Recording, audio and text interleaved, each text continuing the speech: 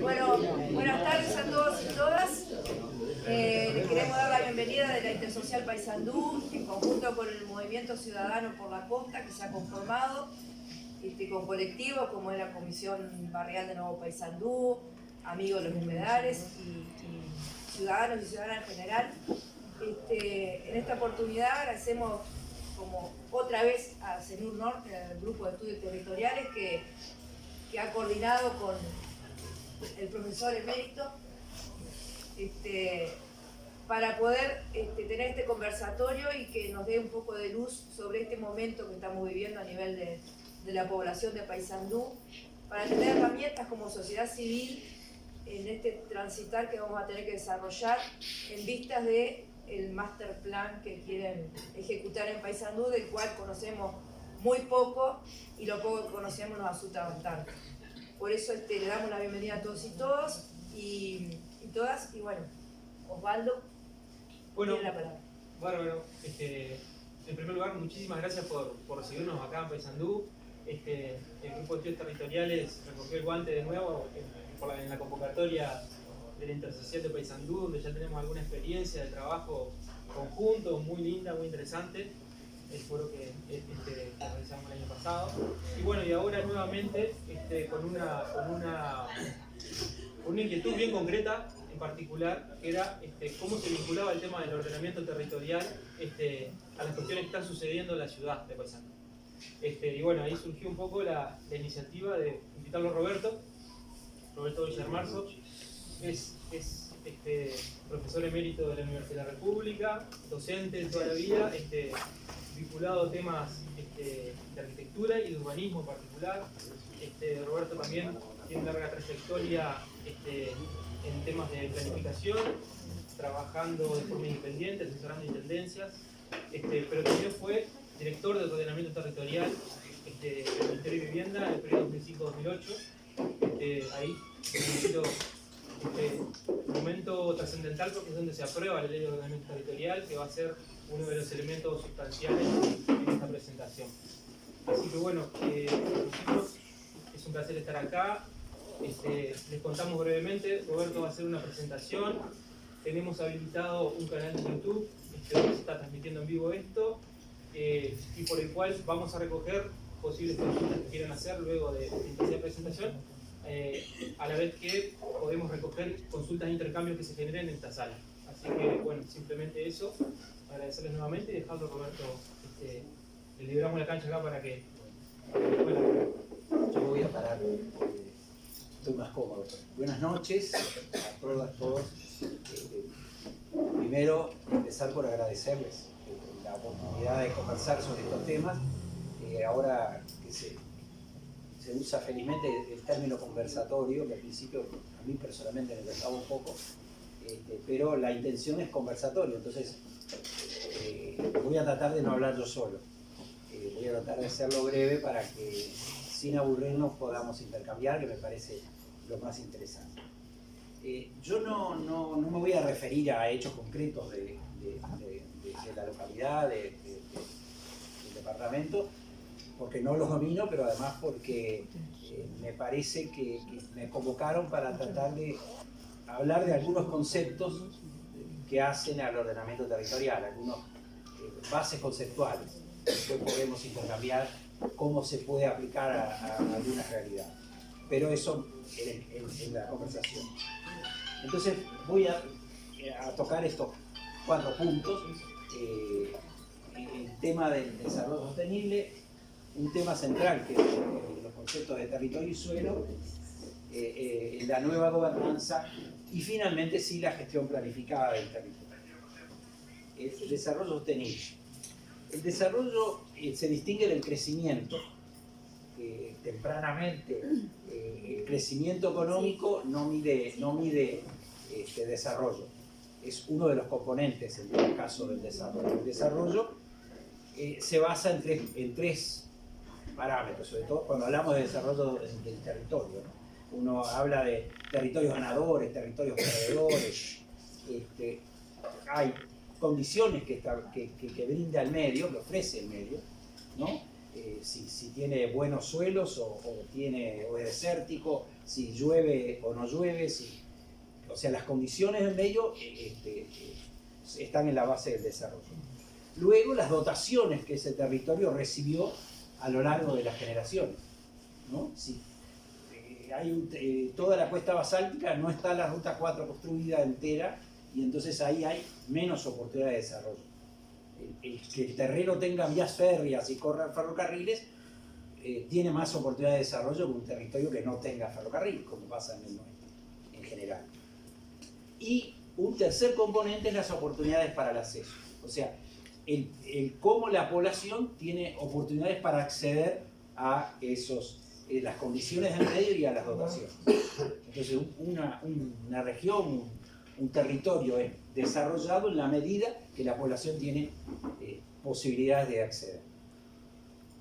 Entonces, el desarrollo es sustentable, según la definición de Naciones Unidas del año 87 del siglo pasado, es el que permite satisfacer las necesidades de una generación sin comprometer las generaciones futuras, la posibilidad de que las generaciones futuras cubran sus propias necesidades. Esa es la sostenibilidad. Entonces, la sostenibilidad, el desarrollo sostenible no es solamente la sustentabilidad ambiental, sino también la sostenibilidad social, el desarrollo social, el desarrollo económico, el crecimiento con distribución por aquello de las oportunidades de acceso, y el desarrollo institucional, o sea, la institucionalidad que tiene una sociedad para hacer sostenible ese desarrollo. O sea, la sostenibilidad tiene 4 patas, no solamente la sustentabilidad ambiental. Entonces, cuando hablamos de un territorio, o sea, lo llevamos a un espacio y a un tiempo concreto, es lo que busca, en este caso, la legislación uruguaya de ordenamiento territorial. Cómo apuntalar estos 4 aspectos de la sostenibilidad, del desarrollo sostenible. Y hablamos, desde el principio estoy hablando de territorio. Entonces, definamos territorio y suelo. ¿Qué pasó con la definición de territorio? Me quedó al revés. El término territorio, que viene del latín, refirió y refiere a una determinada superficie del planeta, de la corteza terrestre, en la cual vive un grupo humano. Incluso en una definición más comprensiva, se habla de territorio, que hay especies animales que tienen territorialidad, y habla del territorio del hornero y cómo echa a otros horneros de su territorio. O sea, el territorio siempre se asocia a una especie. En este caso, es a una especie humana. En la Luna no hay territorio, ¿no? O sea, el territorio refiere a una sociedad. Por otro lado, el suelo es un espacio terrestre de una superficie de un territorio, que se diferencia del vuelo y del subsuelo. O sea, el vuelo es lo que está por arriba y el subsuelo es lo que está por debajo del suelo. Y la diferencia principal es la apropiación que admite la sociedad. O sea, el suelo en nuestra sociedad puede ser propiedad de alguien, el vuelo no, y el subsuelo tampoco. Hay sociedades como la sociedad de Estados Unidos en el que el subsuelo también puede tener propiedad. O sea, eso depende de una determinada cultura que es muy diferente en la sociedad de origen grecorromana que en la sociedad anglosajona. Entonces, la base de la definición de suelo es que puede ser apropiado. Entonces, lo que se puede hacer en el subsuelo o en el vuelo es prerrogativa de la sociedad, no del propietario del suelo. Entonces, analicemos un poco más. El territorio es un espacio geográfico, entonces, asociado a un grupo humano, es un escenario, soporte de las actividades del grupo humano, es un factor de producción. y es un patrimonio, es el patrimonio más importante que tiene una sociedad, el territorio. El suelo arranca por ser un medio geográfico determinado, con determinadas características, con determinados valores, y además tiene trazas, tiene arroyos, tiene lagos, tiene humedales, tiene ríos que marcan que ese territorio. Tiene relieve, tiene microclimas. Sobre ese territorio, utilizando la terminología uruguaya, hay categorías de suelo, ¿no? Una cosa es el suelo urbano, el suelo rural, el suelo suburbano. Y a eso se incorporan trazas, básicamente por la división en esa apropiación de suelo. Habrá apropiación de la sociedad, el suelo público, apropiación de los particulares o apropiación del Estado en el suelo fiscal, de propiedad fiscal. Y allí se hace ocupación, que es una actividad diferente a las anteriores. Esa edificación es distinta, obviamente, según la categoría de suelo, y está permitida por la sociedad, o auspiciada por la sociedad. Es la sociedad la que decide si se puede hacer una torre en la esquina de la plaza o no. O sea, los individuos no pueden hacer cualquier cosa en su suelo. También se puede forestar o no, eso lo decide la sociedad, con los mecanismos que en nuestra sociedad son los de la democracia representativa. Pero hay otras sociedades que tienen otros mecanismos, pero siempre es la sociedad la que decide lo que se puede hacer o no. Y lo mismo es la utilización. En general, en el suelo rural, la utilización es diferente que en el suelo urbano. En el suelo urbano se supone que no se pueden criar cerdos, aunque hay gente que los tiene. Entonces, esa es una distinción que también decide la sociedad. Entonces, el ordenamiento del territorio, igual que la protección del ambiente, son de interés general, por dos perspectivas, la del ambiente del año 94, la de el ordenamiento del territorio del 2008. O sea, la protección del ambiente es de interés general. O sea que a partir de ello se puede delimitar el ejercicio de las facultades del derecho de propiedad. O sea, el propietario de suelo, que hay una apropiación legítima, tiene delimitado el ejercicio de esas facultades a partir de la declaratoria de interés general. En nuestra Constitución, que no existe la propiedad, el interés social de la propiedad de suelo, como en otras legislaciones, en otras constituciones. En nuestro país me estoy metiendo en el terreno de los abogados, pero es una de las claves de todo del ordenamiento territorial. El hecho que el ordenamiento territorial sea declarado por ley de interés general.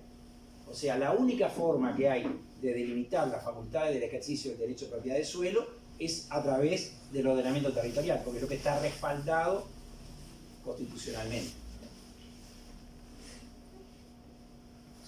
Antes de la ley, por la vía de los hechos ya se hacía.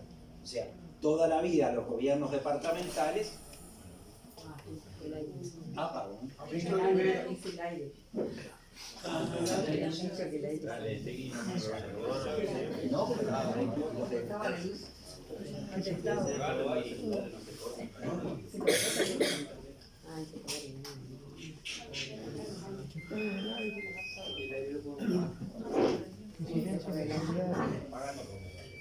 Apagamos el aire y cerramos la puerta.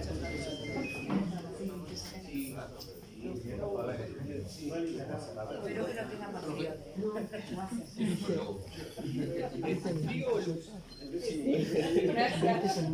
Ya calentó. Yo decía que los gobiernos departamentales, siguiendo la tradición histórica, las leyes de Indias, que rigieron en las primeras épocas de nuestra república y hasta la ley de 1885, y luego la ley de 1885, en toda la historia delimitaron facultades del ejercicio de derecho de propiedad, sobre todo en el suelo urbano. Establecieron las alturas, la ocupación, los retiros, todos los parámetros urbanísticos sin que hubiera una declaratoria de interés general. La ley de 2008 lo que vino fue a recoger esa legislación anterior y darle una forma adecuada, además de otras determinaciones que tiene la ley en general para el ordenamiento territorial. Entonces, la delimitación del ejercicio de la facultad de derecho de propiedad de suelo, de la propiedad inmobiliaria, las establece el ordenamiento del territorio. Es la forma razonable de delimitar ese ejercicio. Y entonces, a partir de allí también, lo que plantea la legislación a partir de 2008 es la construcción de políticas públicas y la toma de decisiones en ese marco es mediante la articulación de instituciones públicas y actores sociales. O sea, se plantea un modelo de gobernanza en el cual las determinaciones sobre el territorio se toman no exclusivamente por un proyecto de decreto y un decreto de la Junta, sino a través de un modelo diferente de articulación, mediante la participación social y la descentralización política. O sea, las dos claves son la descentralización, radicando en los gobiernos departamentales las facultades de ordenamiento territorial, y a través de la participación social, la validación social de las acciones sobre el territorio. Ese es el modelo de gobernanza que introduce la ley, que antes era abolitivo, ahora es que está determinado por la ley. Entonces lo que se busca es la concertación de actores públicos y privados y su participación y el Estado en sus tres niveles. Si bien la ley de ordenamiento territorial es anterior unos meses a la ley de descentralización, la ley de descentralización se estaba discutiendo en diputados, cuando la ley se elaboraba, se discutía en senadores, y luego al revés, pero llegó antes la de... Entonces, hay una sola mención a los gobiernos locales, a los municipios, otorgándoles, aún todavía no se sabía que se iban a llamar municipios, no estaba resuelto, entonces, pero tienen derecho, los municipios tienen derecho de iniciativa en los planes locales. Es la única, que es una de las cosas que sí habría que modificar la ley para darle facultades a los municipios. Entonces, eso es lo que implica son tres mecanismos. Uno es, dada la concurrencia de competencias entre el Estado central y los gobiernos departamentales, hay la obligatoriedad de coordinación y cooperación, o sea, de coordinar y de cooperar con los gobiernos departamentales. La ley obliga al Estado central a cooperar a los gobiernos departamentales en materia de ordenamiento territorial. Y además introduce una fuerte descentralización, generando competencias que no estaban muy claramente definidas, cuáles son las competencias departamentales en materia de ordenamiento territorial. Entonces, la primera es la exclusividad para la categorización de suelo. Solo los gobiernos departamentales, no las intendencias, los gobiernos departamentales, o sea, en el acto administrativo complejo del decreto de la Junta Departamental, la facultad de categorizar suelo es exclusiva de los gobiernos departamentales. El gobierno nacional no puede categorizar suelo. Regular también es exclusivo. Usos, fraccionamientos, urbanización, edificación, demolición, conservación, protección. O sea, eso queda claramente definido con la ley, que es facultad exclusiva de los gobiernos departamentales. Tiene la potestad planificadora sustantiva en el marco de coordinación, o sea, coordinando con las entidades nacionales, pero la facultad sustantiva de ordenar el territorio la tiene el gobierno departamental. Tiene facultad de desarrollar la legislación, o O sea, la ley, lo veremos un poco más adelante, con un poco más de detalle, la ley es un marco general que tiene que ser completado no por otras leyes, sino por leyes departamentales, por decreto de la Junta Departamental, que tienen fuerza de ley en su jurisdicción, como dice la Constitución. Y entonces, y no solo en cuanto a la planificación, sino en ejecución y en policía territorial, que Paysandú ha sido un ejemplo en el desarrollo de esta última facultad de policía territorial. Y tiene además la participación obligatoria en las políticas nacionales y en las competencias sectoriales de los entes y empresas públicas que inciden en el territorio. Es obligatorio que los gobiernos departamentales participen en la elaboración de estas políticas. Tiene control y ejecución y dirección de la ejecución territorial. Todo el tema de gestión territorial y ejecución territorial es lo que hay mayor atraso en el país. O sea, hay más de 100 instrumentos de ordenamiento territorial aprobados en el país, pero muy poca gestión territorial. Y por más de que ya estaba en la legislación anterior, las facultades desarrollan las facultades de control previo de las actuaciones y sobre todo de disciplina territorial. O sea, los gobiernos departamentales tienen todo un capítulo de policía territorial y de sanciones, de disciplina.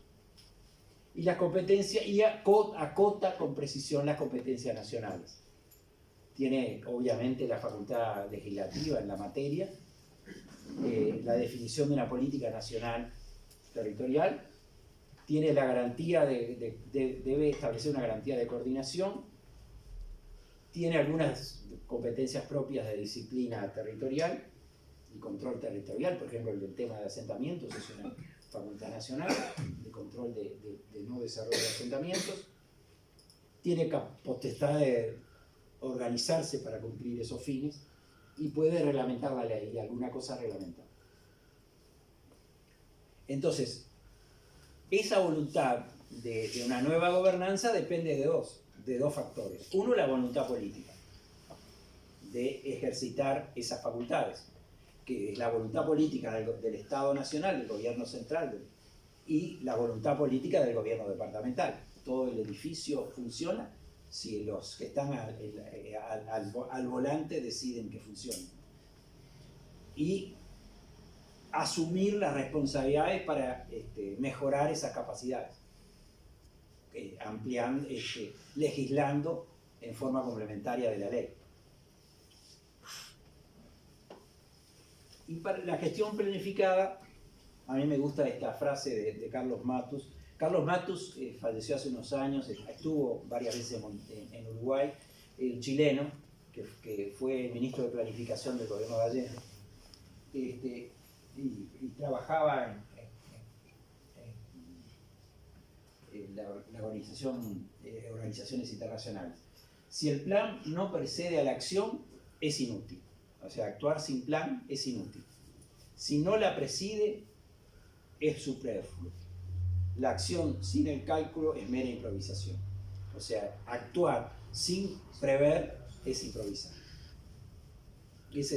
Creo que es la mejor defensa en forma muy sintética del sentido verdadero de un plan actualmente. Es un plan para actuar, para que pasen cosas, para que después de que existe el plan, la realidad se transforme en una determinada dirección, para lo cual no alcanza a contener el decreto en el estante.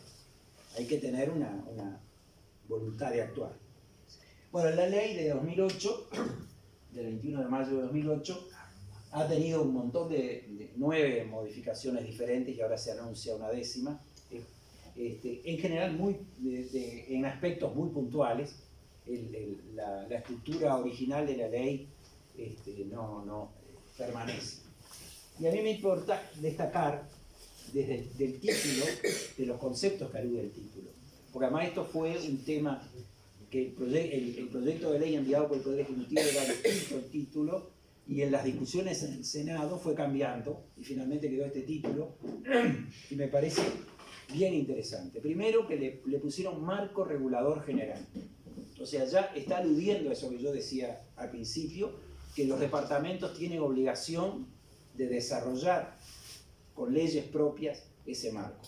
Básicamente con la ordenanza departamental, que hay algo muy parcial. No hay ningún departamento que tenga la ordenanza, y miro a la que está trabajando en una, que esperemos que se concrete. Ordenamiento territorial y desarrollo sostenible. Es la única ley en el país que busca, porque utilizaron la interjección copulativa ahí. Se discutió mucho ahí en la comisión del Senado. Si era ahí o para el desarrollo. Y no, es y. O sea que hay una voluntad. Tal vez la ley no logra satisfacer todo lo que eso anuncia, pero hay una intención política muy clara de promover el desarrollo sostenible, no solo de ordenar el territorio. Entonces,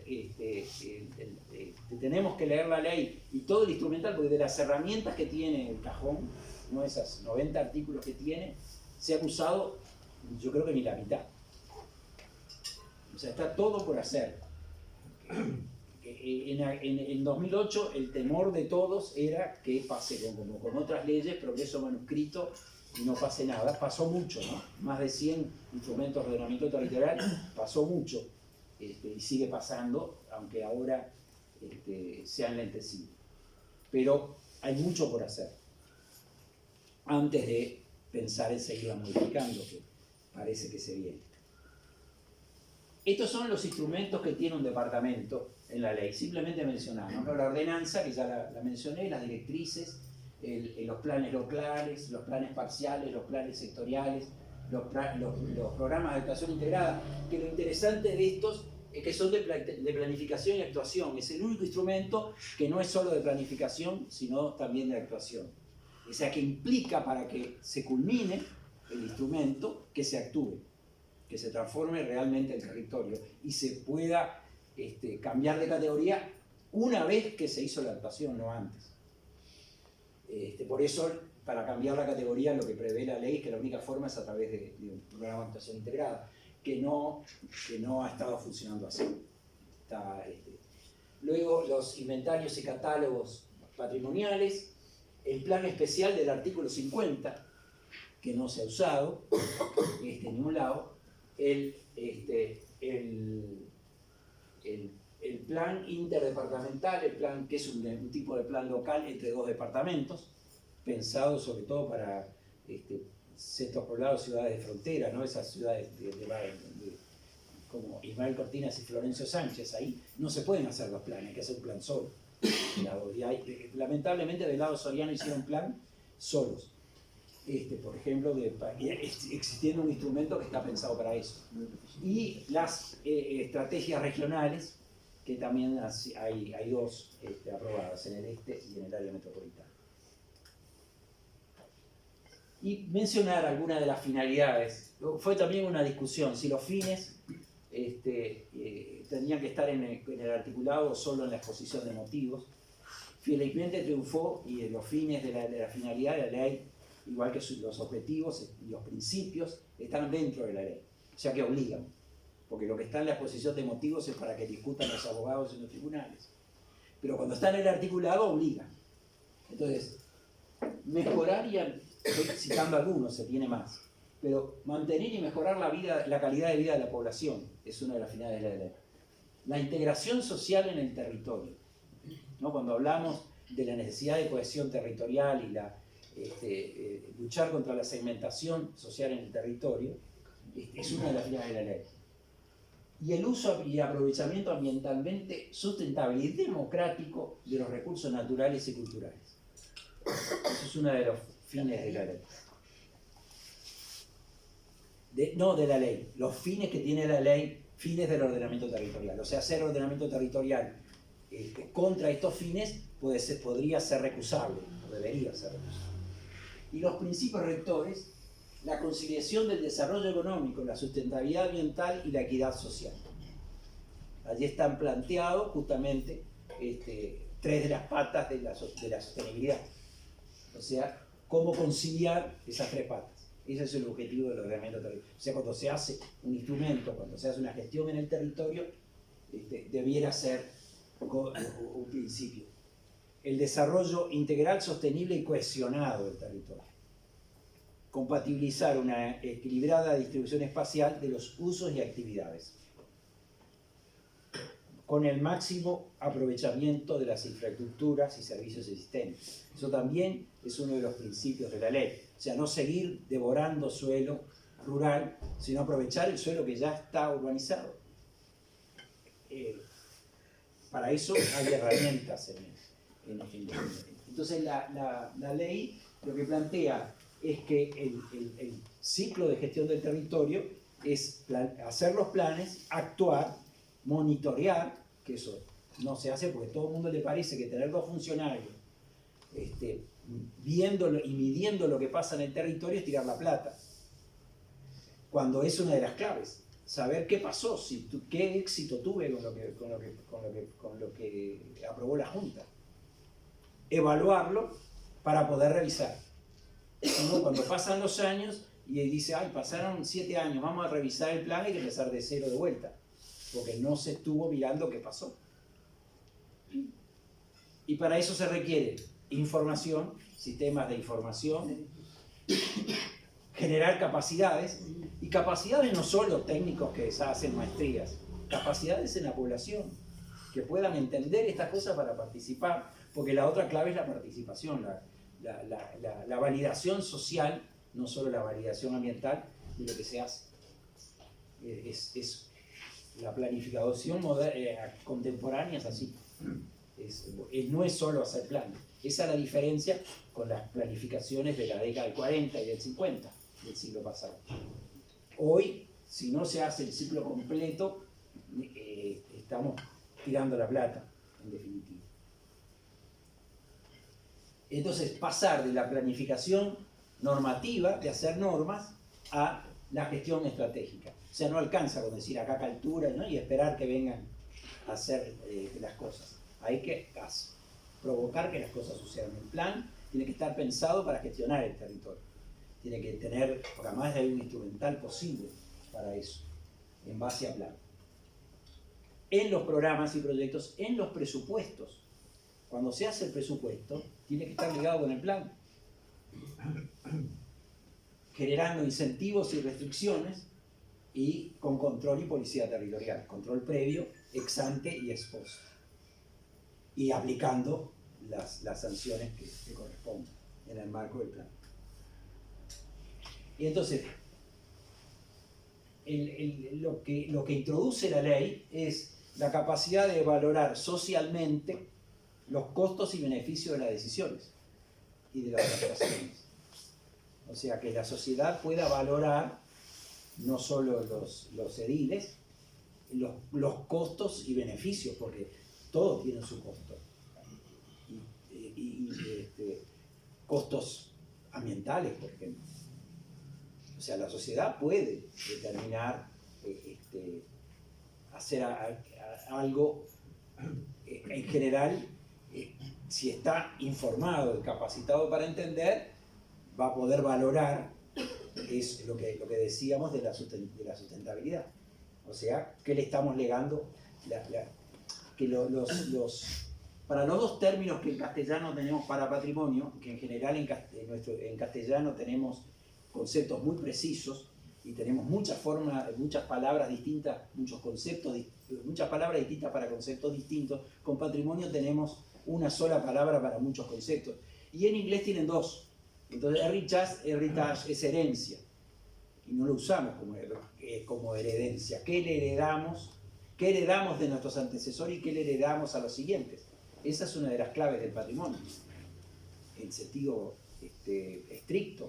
No solo el patrimonio histórico, cultural, el patrimonio en general, el territorio, que es el patrimonio más importante, qué heredamos y qué le legamos a las generaciones futuras.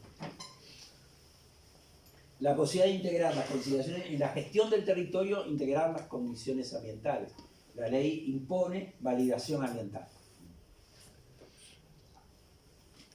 Y condiciones para avanzar en una nueva gobernanza con participación social efectiva, apoyada en la descentralización política. O sea, la ley lo que impone son, por lo menos, como mínimo, por más de que la ley obliga a tener otras instancias, por lo menos 2 instancias obligatorias en la elaboración de instrumentos. Y oportunidad para ordenar el avance hacia el desarrollo en forma sostenible a través de la planificación con enfoque territorial, o sea, planificar el territorio. Y entonces acá Antonio Ocampo, que fue subsecretario en la época de Kofi Annan, si no me acuerdo, es un colombiano que ahora va a ser ministro de Economía en Colombia. Y entonces él dice que los mercados libres, él defiende el mercado. Nosotros estamos en una sociedad de mercado, no es una economía planificada, es una economía de mercado. Él lo que defiende es que en los mercados libres requieren esquemas regulatorios que garanticen el funcionamiento eficiente de esos mercados libres. Y entonces plantea varios temas que hay que corregir fallas del mercado. En algunos mercados, particularmente en los mercados de capital de largo plazo, la tecnología, la capacitación de mano de obra y la tierra. O sea, en Colombia hablan de la tierra, no del suelo. O sea, la planificación del suelo, la planificación de la tierra es imprescindible. Ese es un mercado que es un mercado, ejemplo de mercado imperfecto, que es necesario regular. Y la forma de regularlo es a través de la planificación del ordenamiento territorial. Requiere plan. Como había prometido, breve, si breve, 2 meses bueno. Entonces ahora conversemos. Muchas gracias.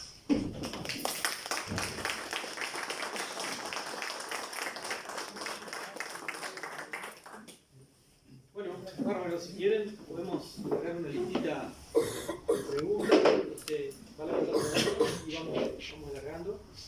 Preguntas, consultas, planteos, discrepancias, lo que entiendan necesario para instalar el diálogo, que era un poco la idea de esta instancia. Por aquí. Bien. Hay un micrófono acá que en teoría capta, pero capaz si te parás, capta mejor la voz. Supongo que hay, por suerte, hay bastantes personas y... Bien. Bueno, primero soy Lilian del Comité Zona Industrial, bastante involucrados con el tema del Master Plan. Hay algunas preguntas que nacen, que necesitamos plantearlas. Empezamos primero con poder generar la disociación de lo que es sustentable y lo que es sostenible, ¿verdad? Que no implican la misma condición, ¿verdad? Nosotros hemos estado mirando en algunos lugares, por ejemplo, donde hay planes de ordenamiento territorial y, por ejemplo, México hace como que dice una distinción bien clarita de qué es sustentable y qué es sostenible. Lo mismo que Bolivia, lo mismo que en algunos otros países. Después, bueno, con esto último que estaba diciendo, nosotros lo que tratamos de incorporar a la discusión hoy es que ese ordenamiento territorial y esa sustentabilidad de ese ordenamiento territorial tiene que estar de la mano con el concepto de dignidad humana, ¿verdad? Si ese ordenamiento territorial no encasilla, como quien dice, la dignidad específica del ser humano y de todo el entorno, realmente hablamos de simplemente desarrollo y entonces estamos hablando de un sistema netamente capitalista y detractor de lo que es el ser humano en sí y del medio ambiente. Entonces, cuando nosotros hablamos del Master Plan, nosotros lo que vemos es que realmente hay una situación que no habla de dignidad humana, no se dice qué va a pasar con las situaciones de quienes viven en ese lugar, se habla como que esas personas van a subir como una calidad de vida de un día para el otro porque hay una situación territorial o de construcción que cambiaría su perspectiva, pero en realidad eso lleva muchos años para cambiar una cultura de gente que está inserta en esas situaciones, muchas veces de vulnerabilidad. Y queremos plantear específicamente la necesidad de que en ese ordenamiento territorial tiene que haber un marco legal de defensa de lo que son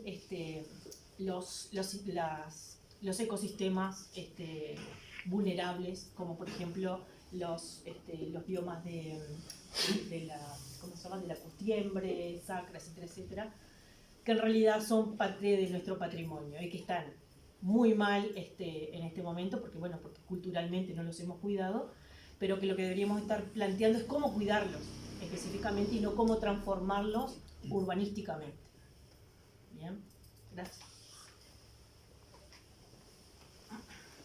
Yo, Roberto, pero, Si no, va a ser sí, que no sea un ping-pong. que no se me imponga, capaz que alguna otra cosa que... Yo voy a opinar también, pero Sí. Buenas noches, mi nombre es Sebastián Martínez. Un poquito haciendo, ya que Lilian tocó el tema, por cuestiones estuve en la presentación, no en esta última, sino en la anterior, de lo que era el Master Plan de la costa, en el cual me fui bastante sorprendido, en principio, debido a la situación, y ahora aprendiendo un poco lo que es ordenamiento territorial, veo que todo este Master Plan de la costa no está cumpliendo con las leyes, primero que nada, de ordenamiento territorial.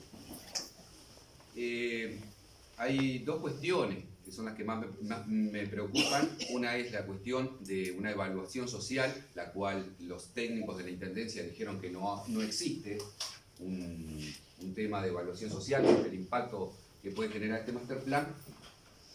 Y a lo otro que a veces estoy aprendiendo y trabajando un poco, el tema medioambiental, en el cual hay cuestiones que me parecen demasiado groseras,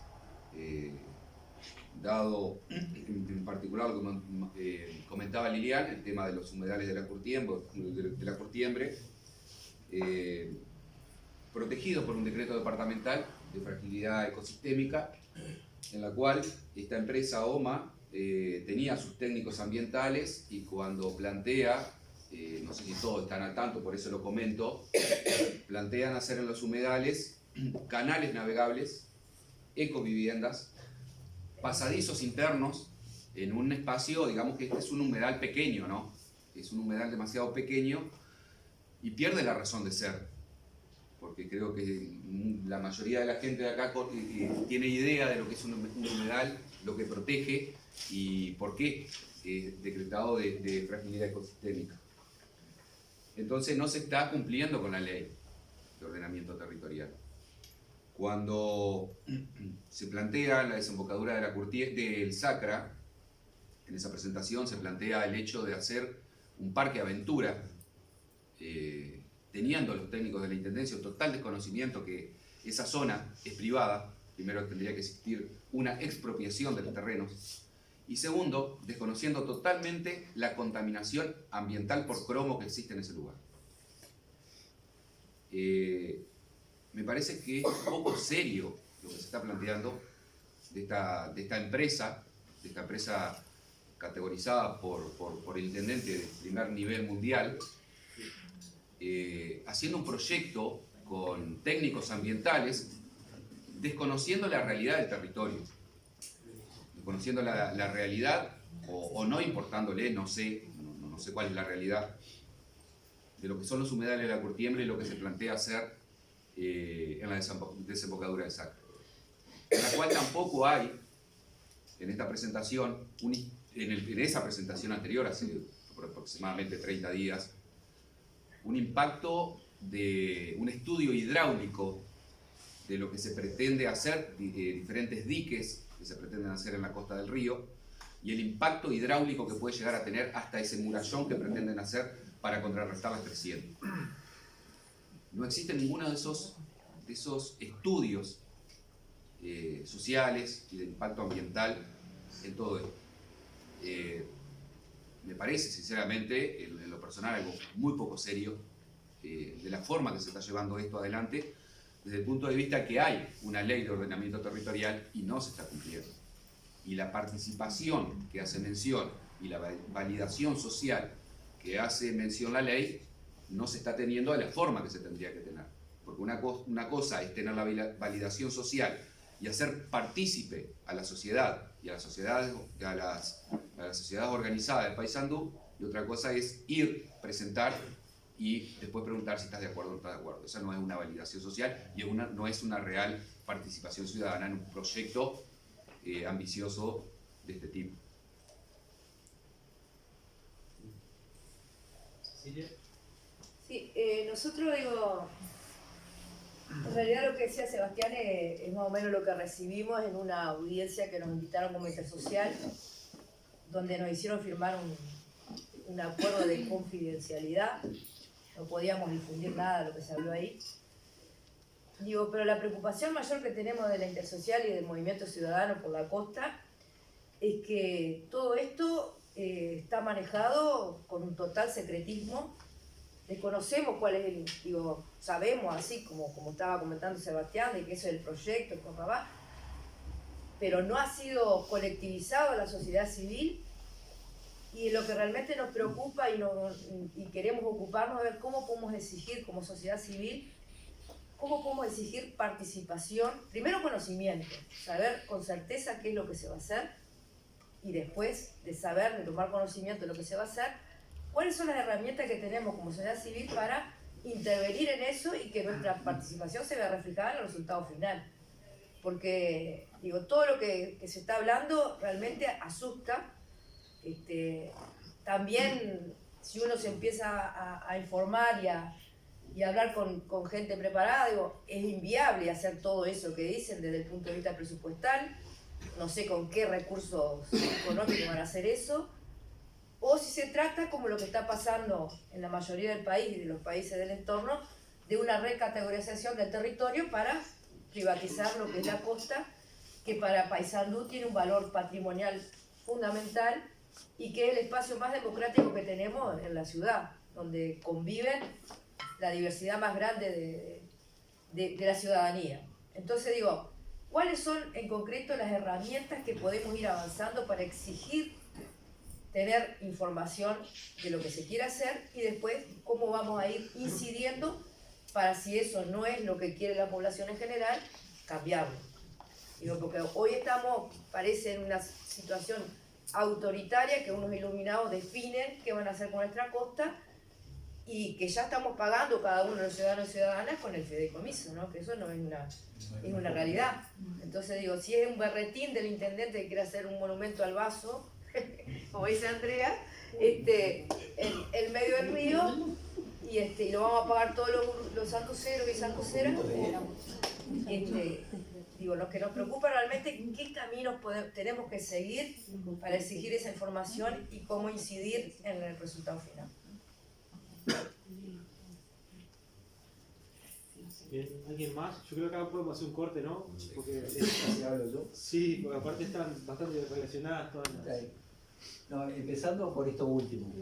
Evidentemente, los caminos de la sociedad son múltiples. La sociedad uruguaya y la sanlucera en particular lo están ejercitando. No voy a explicarles qué se puede hacer como movimiento social ciudadano. Lo que en la ley hay es una legitimación para actuar, o sea, entrando en el campo jurídico, cualquier ciudadano puede presentarse en un tribunal y no tiene por qué explicar por qué y cuestionar. Eso, los abogados consultados en el momento de la ley lo plantean, qué novedad, esto no sé, nadie sabe cómo puede llegar a funcionar en Uruguay. Ha habido algunos intentos de periodistas que se presentaron en algunos casos, el resultado incierto. Pero es un camino que la ley, de los muchos que yo decía que hay ahí en esos 90 artículos, es un camino posible. Presentarse, porque de las cosas que se han hecho en el territorio, en muchos de los departamentos, hay varios incumplimientos de la ley. El mecanismo que planteó la ley uno es ese, y el otro es el informe de correspondencia que tiene que emitir el Ministerio de Vivienda y Ordenamiento Territorial, que ahí podría desencadenar un camino que lleve al Tribunal de lo Contencioso. Ese camino ha sido encarado muy tímidamente en alguna oportunidad y siempre terminó en que el Ministerio hizo molde y le dejó hacer al departamento. El otro ejemplo que ha habido es un artículo que hay por allí en la Constitución que le permite a los ediles recurrir ante la Cámara de Representantes. Y eso lo han encarado en este momento en dos, no sé cuáles son el número mínimo o máximo de ediles, desconozco bien el mecanismo, sé que lo han encarado en Rocha y en Colonia. O sea, caminos jurídicos hay, todos con resultado incierto, y lo otro es las formas comunes de expresión ciudadana, ¿no? de diversos tipos. Eso empezando por el final. El otro aspecto que tocaron los dos... Perdón, antes que pase sí. el otro. Entonces, ellos si quieren pueden hacer lo que quieran, porque si los recursos legales no son tibios... No digo son tibios, no sé, resultado incierto porque no sé qué puede opinar un juez, porque los jueces no saben de estos temas. Yo tuve oportunidad, en un llamado que hizo la Oficina de Planeamiento a consultoras para desarrollar un modelo de ordenanza departamental, y eso que yo decía que los departamentos están bastante demorados en aprobar ordenanzas. Entonces OPP dijo, bueno, la ordenanza es importante y financió una consultoría sobre eso. Y nosotros nos propusimos no solo hacer un modelo de ordenanza, artículo primero, sino hacer un desarrollo conceptual de la ley para plantear estos temas. Y además lo hicimos consultando algunos abogados que han estado en estos temas, la Cátedra de Facultad de Arquitectura y otros. Sí. Y ahí uno de los temas que vimos es ese. El tema es que hay, cuando hablábamos de concurrencia de competencia y demás, un decreto de la Junta es un decreto de la Junta y tiene fuerza de ley en su jurisdicción, hasta que alguien diga lo contrario. Entonces, ahí se terminó la batería. En el proyecto que mandó el Poder Ejecutivo al Parlamento, el proyecto de ley, en toda la discusión, sobre todo por la Comisión del Senado invitó a muchos especialistas y uno de los que invitó fue Juan Andrés Ramírez, cuestionó un aspecto que terminó en la comisión agregando sin perjuicio de las facultades de la Junta, porque era de cajón. La Junta, lo dijera o no lo dijera, la ley, la Junta tiene facultades. Entonces, si decide hacer un decreto, lo que no tiene facultades, porque eso no lo dice la ley, sigue sin tener, es el intendente. El intendente no puede mandar un proyecto de decreto a la Junta sin cumplir con la participación, la validación ambiental, etc. Pero la Junta puede, y algunos intendentes más inteligentes se lo dieron por debajo a algún edil para que lo presente, puede legislar. Si tiene mayoría, los cocina. Es así nuestro sistema jurídico, no vamos a corregir la Constitución. Por eso y muchas razones habría que revisar la Constitución y hacerla de nuevo, seguramente. Pero en Uruguay no es Bolivia, no vamos a entrar, o Chile, no parece haber clima para eso. Y la Constitución es así, la Junta tiene la posibilidad. Incluso yo en algunas reuniones que he participado, me preguntan, ¿y no se podría poner que se precisa mayoría especial? No, las mayorías especiales las dice la Constitución, en qué casos, y no se le pueden agregar mayorías especiales. Es así, mayoría simple y legisla. Pero lo que hay es, la participación no hay que esperar a que uno lo llamen a participar. Esa es el otro punto de vista. Claudia creo que tenía un aporte puntual. Yo quería hacer nada más un complemento. Dale, aprovechemos que está ahí. No, porque, a ver, caminos jurídicos hay muchos, ¿no? El tema es en la etapa del proceso que estemos, ¿no? Un poco lo planteaba Roberto al principio, ¿no? Nosotros tenemos una ley de ordenamiento que plantea el interés general, tenemos una constitución, ¿no?, que establece que la propiedad solamente se puede limitar a través de una ley. La ley de ordenamiento plantea que las cuestiones de ordenamiento son de interés general, y lo que hace es mandata a los gobiernos departamentales a hacer los instrumentos de ordenamiento territorial. Los instrumentos tienen que tener un proceso de elaboración, que es el que plantea la ley. Hoy voy medio largo, pero para entender todo el proceso, ¿no? Y lo que plantea la ley de ordenamiento es que si no seguimos ese procedimiento de elaboración que prevé participación ciudadana real, con puesta de manifiesto, audiencias públicas y demás, la consecuencia es la nulidad del instrumento. Por eso digo que hay que ver en qué etapa estamos de este proceso. ¿Ah? Porque hoy no tenemos ningún proceso de elaboración de ningún instrumento. Según Estamos ellos, en cuando una nos etapa- llamaron ya tuvieron la participación ciudadana.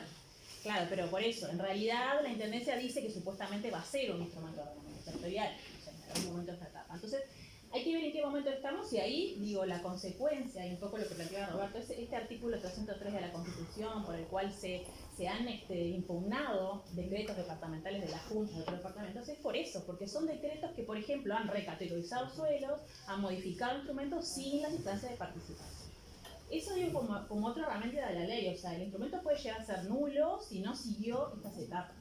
Y después también hay otros caminos, como obviamente la ley de acceso a la información pública, o sea, pedir que eso no es solamente los ediles, o sea, cualquier ciudadano, ustedes como colectivos pueden hacer esas consultas, más allá de las cuestiones de la confidencialidad. Bueno, tendrá que discutirse en un juzgado si realmente es confidencial esta información, pero si estamos hablando de una ley de ordenamiento que respalda que todo este proceso tiene que ser público, tiene que ser participativo, y ¿no? la contradicción en sí misma es que nos están planteando que hoy todo es confidencial y nos hacen firmar y todo lo demás, bueno, que decida un juez si esto realmente es confidencial o no.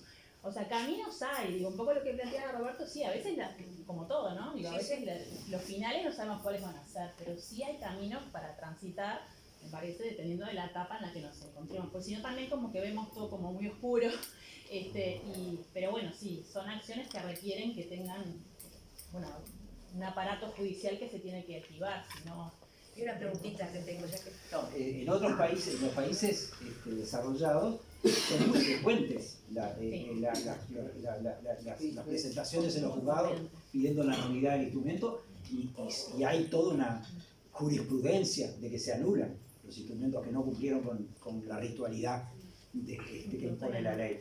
Acá yo digo resultado incierto porque no ha habido ninguno. Sí, entendí. Nada más. Primeros, a ver, Y cuando son los ediles, conseguir la mayoría en la Cámara de Representantes también es incierto. Creo que a mí me parece necesario. Roberto, ¿y referéndum departamentales no hay, no existen más en la Constitución de la República? No sé, ahí Porque no tenemos constitución. ha habido historia de referéndum que han anulado resoluciones de gobiernos departamentales Sí. en otra etapa. La Comisión Departamental de Ordenamiento Territorial, ¿qué potestad tenemos de exigir que se conforme?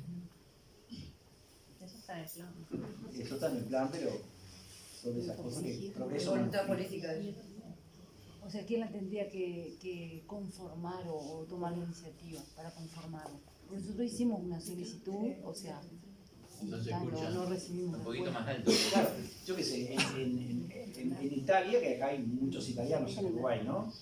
Porque son nietos o hijos de italianos y tienen la... Entonces les llega una o dos veces al año vienen 6 o 7 plebiscitos, ¿no? No sé si alguno conoce italianos, y plebiscita cualquier cosa. Claro, porque se necesita... En Suiza también. Se juntan, no son como acá que hay que conseguir la cuarta parte del padrón. Allá con un 1% del padrón se convoca plebiscito. Y plebiscitan varias cosas juntas. Hay tradiciones, culturas en otros países mucho más desarrolladas en cuanto a mecanismos de cuestionamiento de la legislación, ¿no? Democracia directa. De democracia directa. Creo que estamos muy atrasados en nuestro país. Pero yo creo que hay que hacer el esfuerzo, ¿no? y empezar a cuestionar desde movimientos ciudadanos.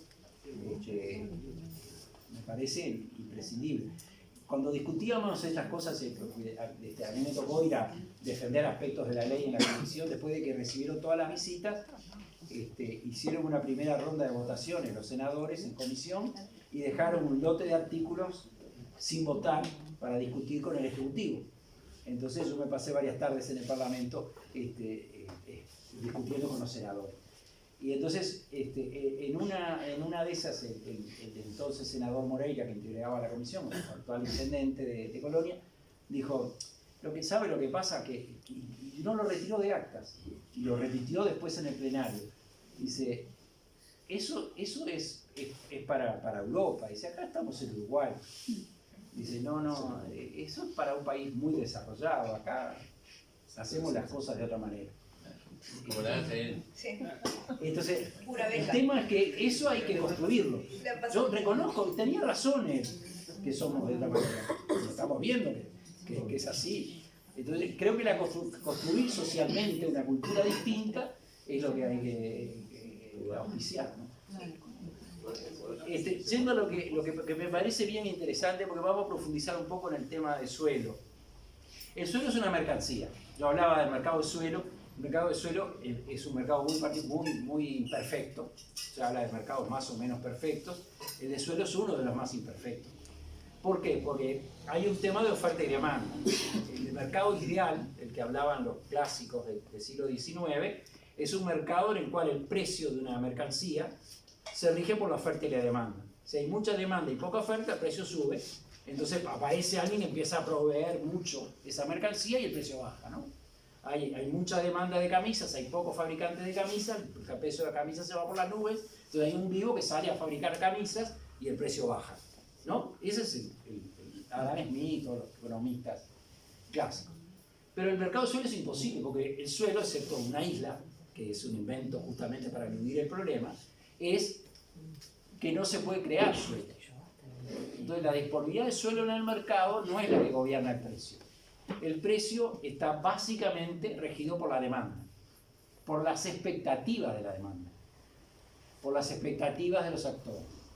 O sea, el que tiene suelo tiene una expectativa para el precio y los que quieren están buscando una expectativa de que va a cambiar, de que va a cambiar de categoría. Tengo suelo rural y entonces el precio está dado porque tengo la expectativa de que van a levantar la mano los ediles y se va a multiplicar por 20 el precio. Esa es la mercancía. Entonces, en este postcapitalismo, como le llaman algunos, lo que en otra época se llamaba especulación, hoy tiene otros nombres, en realidad hay una financiarización de algunos mercados, en particular el mercado del suelo. Entonces vemos esos fondos de inversión que invierten no importa vender o no vender, porque es un apalancamiento de negocios financieros. Entonces, están todos pendientes de dónde podemos transformar el valor de suelo con poca inversión, reconvertirlo en un valor mucho más alto. Entonces, esas tierras que no sirven para nada, los humedales, son lugares ideales. El agua para hacer una isla, ¿no? Son lugares ideales para generar esa valorización de suelo. Mirá que vamos a tener isla acá también, ¿no? Sí, también. Entonces, Ya No tenemos. solo Punta Gorda, van a hacer una isla ya también. tenemos una desde cerca de Argentina.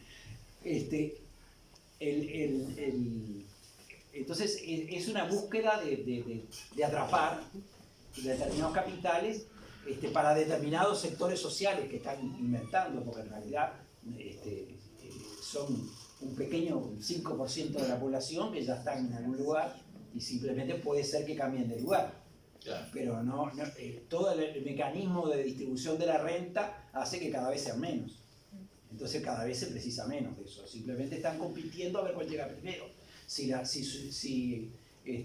Colonia a la este, la isla en Punta Gorda de Montevideo, o Distrito Park, o el Milagro, ¿no? De a ver cuál llega primero para ese negocio y a ver si cuaja.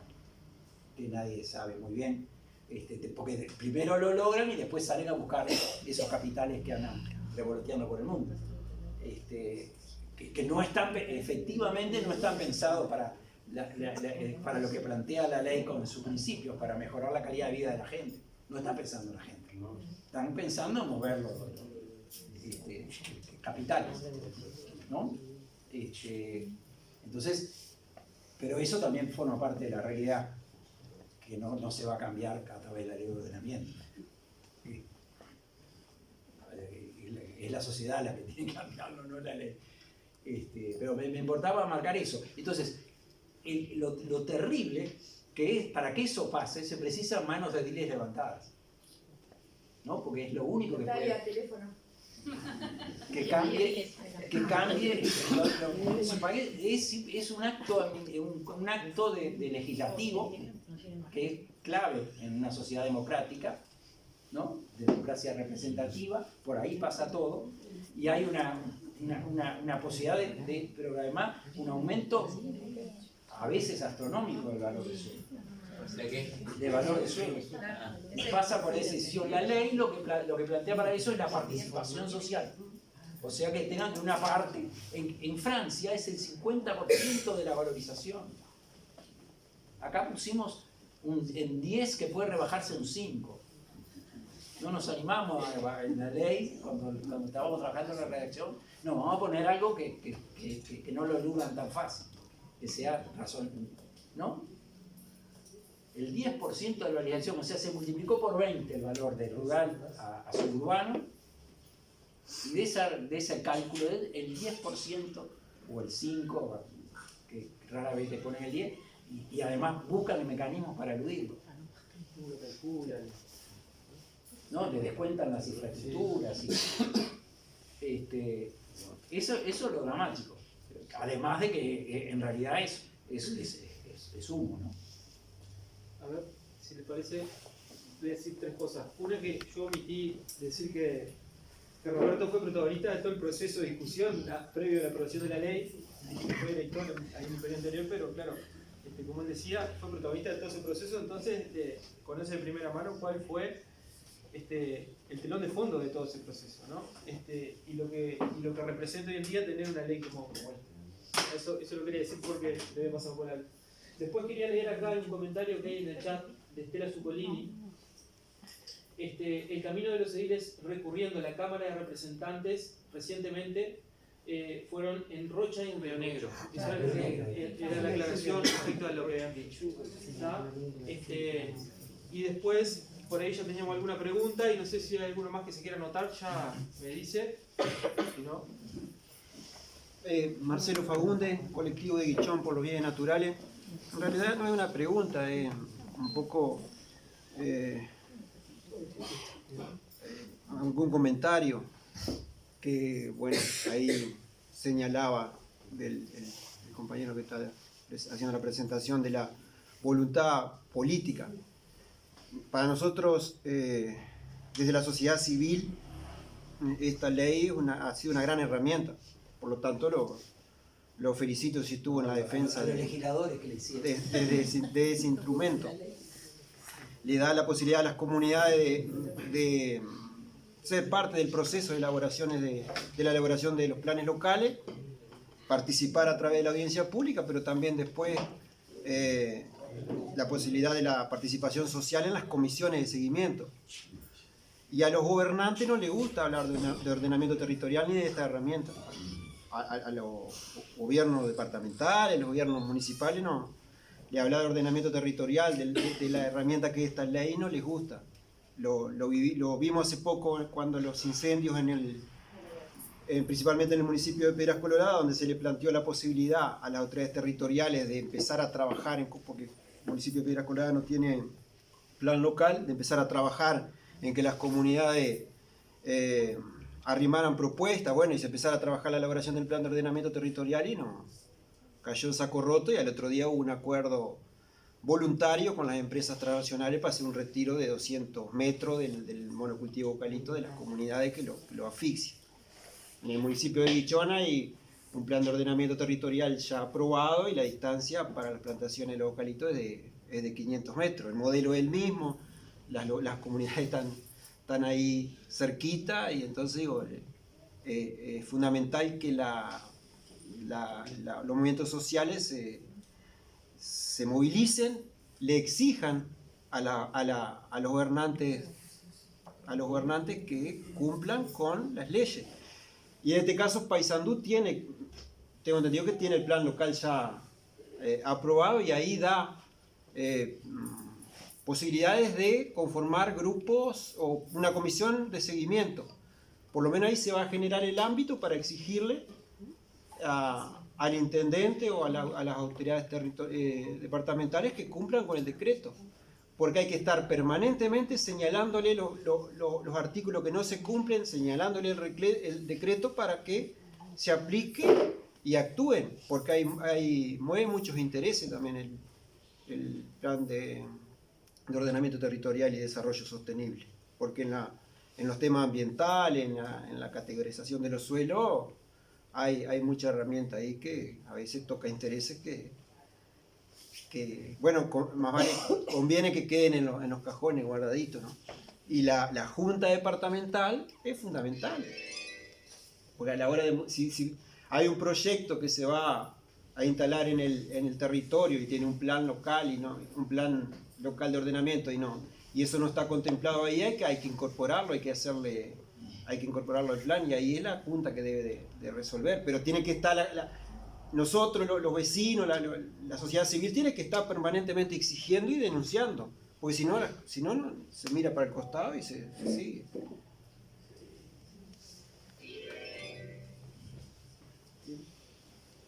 ¿Alguna intervención más?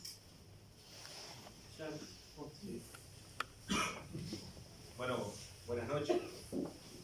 Tal vez que la intervención que voy a hacer sea un poco llana, porque en realidad no conozco mucho de leyes, pero claramente con esta exposición lo que se está demostrando es que en la Junta Departamental, quienes nos dirigen, quienes son cabeza política del departamento,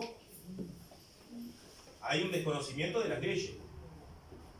Porque no creo que sea falta de voluntad, sabiendo de que se está violando una ley, de que los ediles del oficialismo sigan adelante o promocionando esto. O sea, claramente hay un desconocimiento, no creo que sea de mala intención, pero sí que tenemos que sentarnos a discutir como sociedad con nuestros ediles, con quienes pusimos nosotros ahí para que nos representen, de que este proyecto ya ni siquiera se tiene que seguir conversando. Porque si hay una violación de una ley, difícilmente nuestros representantes políticos puedan seguir con esto, me parece. Creo que acá hay ediles de distintos partidos políticos y que la preocupación debe salir acá, no si el masterplan sigue el masterplan no, sino que ir a la base principal, que es que estamos violando una ley. Y que claramente a cualquier ciudadano cuando viola una ley, tiene una sanción también, ¿no? Yo no sé cuáles serán, hoy conversaban de cuáles eran los procedimientos a seguir, pero es fundamental de que de acá siga principalmente, ¿no? Se salga con esta postura. Bueno, se está violando una ley, no podemos seguir con esto adelante, hay una preocupación, lejos está esta empresa extranjera de haber cumplido con la ley a la hora de generar el proyecto, y lejos está la intendencia de mantenerse dentro de los caminos legales para seguir con este proyecto adelante. Era simplemente eso, ¿no? Aprovechando que hay ediles de distintos partidos políticos para que lo empiecen a discutir en sus propias fuerzas políticas y que seamos honestos a la hora de, porque después no podemos escribir con la mano lo que borramos con el codo. O sea, claramente hay una violación de la ley y creo que debería discutirse. Era eso, ¿no? Bien, tengo anotado a Pedro acá. Ya otro, voy a leer un momento un comentario en el chat de Estela Subulini nuevamente. Un instrumento previsto en la ley como la Comisión Asesora en OT sería una forma de consulta y seguimiento permanente que asegure la participación. El artículo 73 de la ley, la debilidad.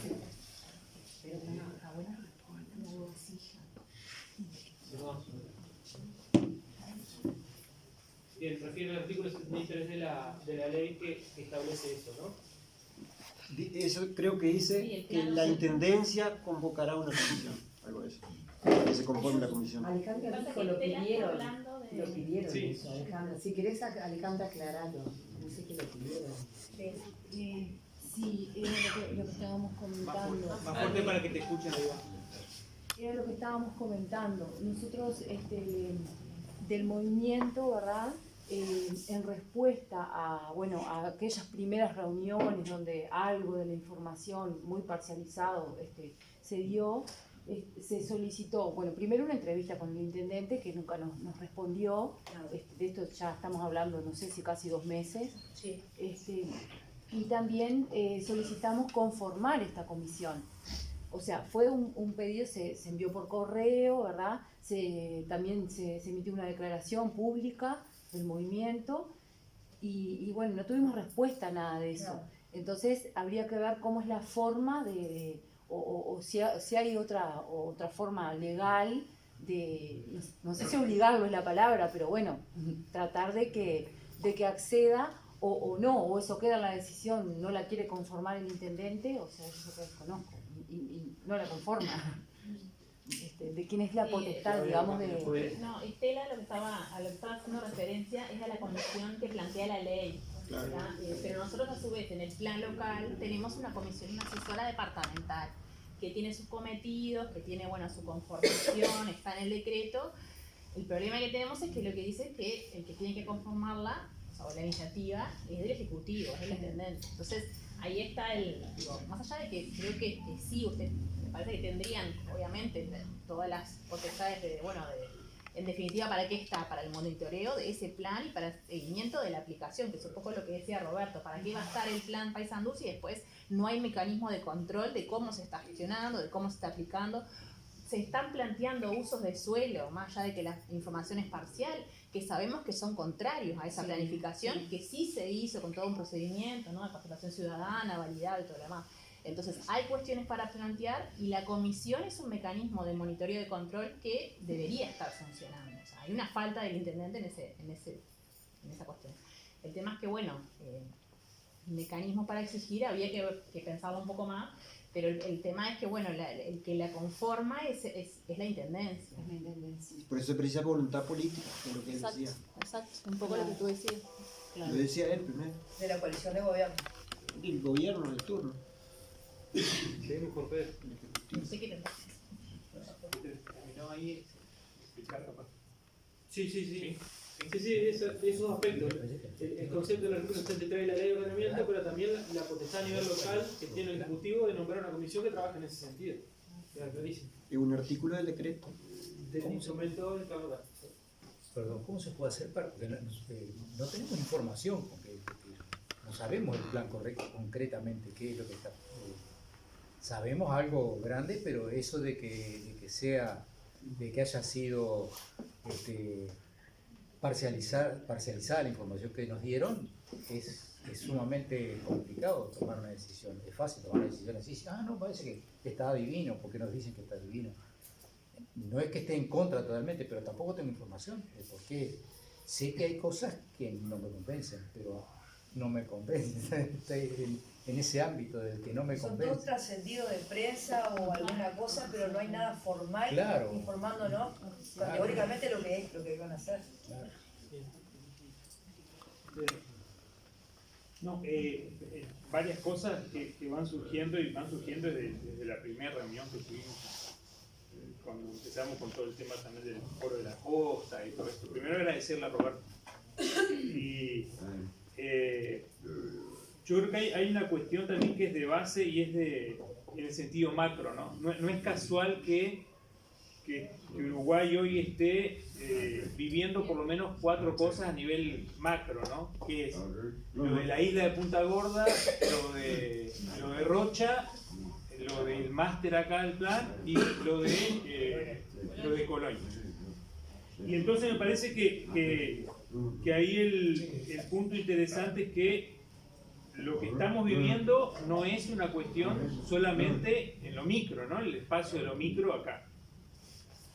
Y digo esto porque esto está en lo que sería el área o el campo de lo político nacional y local, de las opciones. Nosotros estamos hoy a nivel, no solamente local, sino a nivel nacional, en una lógica que se relaciona con la ciudad desde una perspectiva neoliberal de la concepción de suelo y de territorio, de vivencia de la ciudad.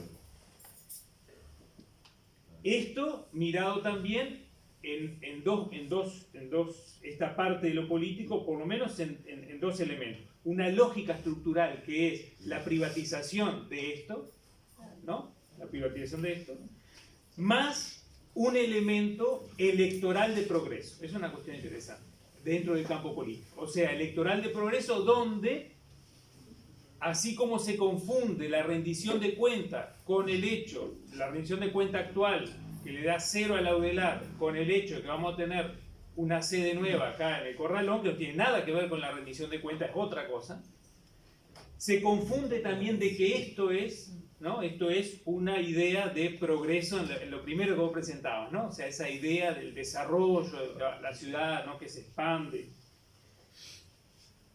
Eso a nivel político también como algunos elementos, ¿no? Porque acá lo que se está viendo es el discurso de un Paysandú que separa ¿no? Es un Paysandú de pie que tiene que estar de alguna forma de pie. Digo esto porque me parece que es interesante para entender, y termino con dos cosas, pero para entender la pregunta que me hago después, ¿no? Hay un elemento jurídico, hay un elemento de ley, que es lo que se está hablando ahora, que es donde se puede recurrir en cuanto a proceso de ley, proceso judicial. Es una cuestión jurídica que está. Y después está la cuestión social de los movimientos sociales, de los movimientos, de los colectivos que están trabajando. O sea, son tres elementos, ¿no? Lo político, que decían, todo es político, pero en ese espacio que yo estaba diciendo, lo político, lo legal, la ley, lo jurídico y lo social como movimiento. Mi pregunta en lo concreto, que me hago para todos, ¿no? Para pensar, es cómo, y un poco viene de mano ahí lo que se decía antes que yo hablara, es cómo crear el hecho político, jurídico y social. Porque ahí está la cuestión, ¿cómo creamos un hecho político, jurídico y social?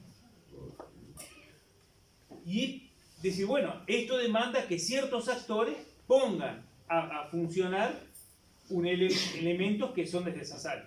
O sea, el movimiento social puede como un movimiento social hacer esto, conversatorios y otras cosas. El movimiento, en cuanto a la parte política también, bueno, y la parte política tal vez la que está más cerca de lo jurídico o conseguir los elementos jurídicos para accionar lo jurídico. Porque mismo que lo social, y termino, mismo que lo social se pueda moverse, lo que va a colocar un elemento que va a cuestionar esto va a ser desde el punto de vista de lo jurídico. Y para esto se necesita que los actores que están en lo político accionen lo jurídico. Porque si no, en la lógica que estamos, en la lógica estructural que estamos, en la lógica neoliberal que estamos, lo jurídico se va a pasar por arriba porque va a estar legitimado por ese discurso de que estamos Paysandú avanzando. Si vamos por ahí lo perdemos en el discurso. Lo perdemos en el discurso porque no tenemos los medios, lo perdemos en el discurso porque el blindaje está siendo muy complicado a nivel nacional y a nivel local y nacional especialmente, porque está en la ley de medios, viniéndose una ley que se va a aprobar, que va a ser la ley mordaza para todos los medios de comunicación que digan cosas distintas al discurso establecido como el discurso del status quo. Eso está, por eso la ley de medios vuelve a una ley anterior, a prácticamente casi la dictadura. O sea, si nosotros empezamos a ver en lo macro la relación que estamos, nosotros, ¿cómo armamos un discurso? Bueno, el discurso se puede armar, bueno, pero tenemos ese límite. Pero después, acá el camino es de los actores políticos que están en lugares que están, también de accionar y llamar a los jurídicos y decir, bueno, vamos a plantearlo por acá. Me parece como eso, más como una reflexión y esas preguntas, ¿no? ¿Cómo creamos, proponemos ese hecho político, jurídico y social? ¿No? Como cuestión. Termina ahí. Se entendió. Tengo varios anotados. Ya atrás habían pedido la palabra y acá adelante nos pidieron la palabra y después tengo dos más. Si quieren hacemos tres, completamos hasta acá y después seguimos con los otros, ¿está? Así que ya, ahí va. Bien. Alejandro Leite, soy edil del Frente Amplio y bueno, como si nos sonaba el teléfono para ir recogemos el llamado. Un poco algunas cosas creo que es un poco de información que a veces está bueno también compartir. Hubo un caso de violación del ordenamiento territorial claro, que fue la pretensión de construir una planta cementera en la ex zona industrial. Bien, ante la denuncia concreta de los vecinos, los ediles tomamos el caso, llevamos la discusión a la interna de la Junta y cualquier reforma al ordenamiento territorial, la Junta, al decreto, la Junta lo puede hacer por mayoría simple y la tiene, no nos necesitan como oposición para hacerlo. Así que pretendimos que la Junta tomara la resolución de decirle al intendente se está violando el ordenamiento territorial, actúe en consecuencia y suspenda la obra, que ya estaba en marcha. Y dejamos en claro que como oposición no íbamos a estar dispuestos a votar una excepción, porque se pueden votar excepciones a la norma del ordenamiento. En definitiva, el intendente termina retrocediendo en la decisión porque estaba claro que había una decisión de permitirle al empresario la construcción ahí, porque en marzo el empresario va y compra ese terreno para construir. No es que era propiedad de él de anterior. Si no había una anuencia, aunque sea verbal, del intendente, el intendente no va a ser, el empresario no va a hacer la inversión. Se termina reconociendo por el propio secretario general, el llamado a sala, que se atienda el reclamo de los vecinos. O sea, acá lo que hizo valer la ley, o torcer la voluntad política, como quieran interpretarlo, es la movilización de los vecinos. Porque los votos para hacerlo no los tenemos. Eso como me conté. En cuanto a lo de OMA, nosotros no tenemos más que los avances que se nos compartió para atrás, y no es nada concreto. O sea, de las diferentes observaciones que fuimos haciendo, que nosotros que fuimos los últimos en tener la presentación como fuerza política, no como ediles, porque a la Junta esto no se ha tratado, el tema Masterplan dentro de la Junta. Como fuerza política tuvimos esos avances, fue después que incluso fuera la intersocial y demás.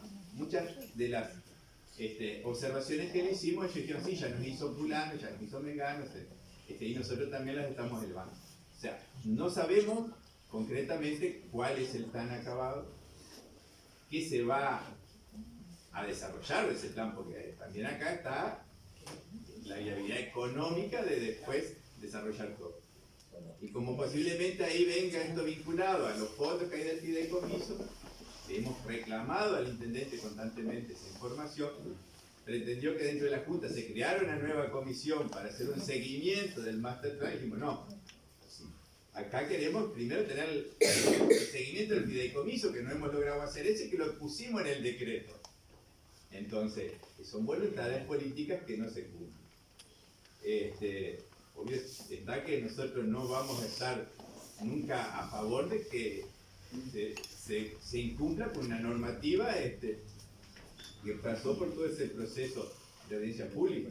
Porque no tenemos la información concreta para poder acceder. Es decir, acá se está violando porque se está pretendiendo hacer esto. O sea, hasta ahora, dentro de la Junta, no se ha volcado nada de lo referente al Masterplan. Hemos tenido los avances como parte de la fuerza política o como parte del movimiento social que nos hemos ido informando. Pero en concreto, oficialmente, no hay nada de cuál va a ser el plan de ejecución. Y si en algún momento para esto se planteara una reforma del ordenamiento territorial, alcanza con la mayoría que ellos tienen. Dentro de, aparte de OMA y de las 3 empresas satélites que contrataron, también se nos dijo que han contratado Ferrer para hacer el estudio que haya que hacer legal para la reforma, ¿no? Ferrer fue quien redactó la luz por las dudas, ¿no? Y adaptando un poco lo que dice Pedro, el macro.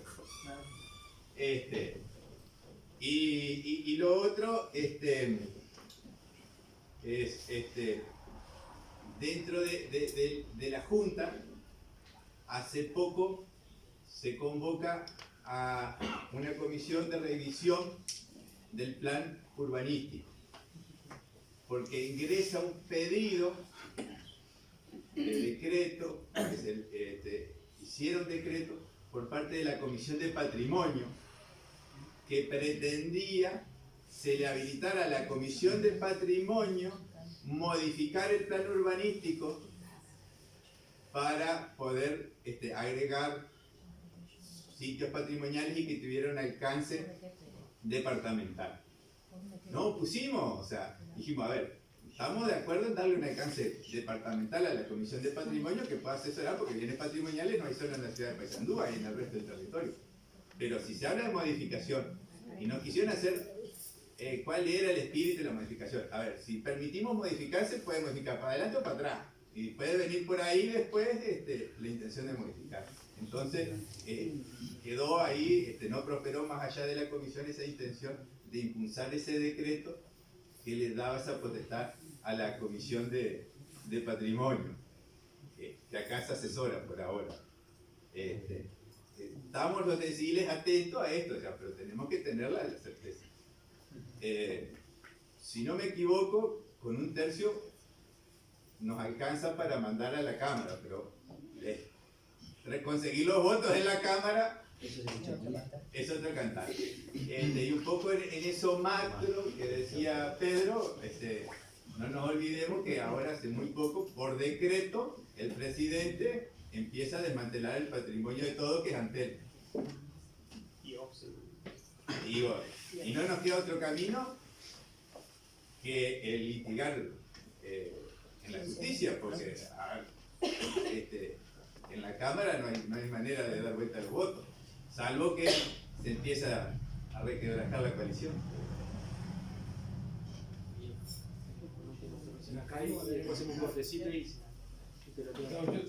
Yo en realidad quiero tomar lo último que planteaba Alejandro, porque me parece que en lo que él comentaba yo creo que está parte de la respuesta.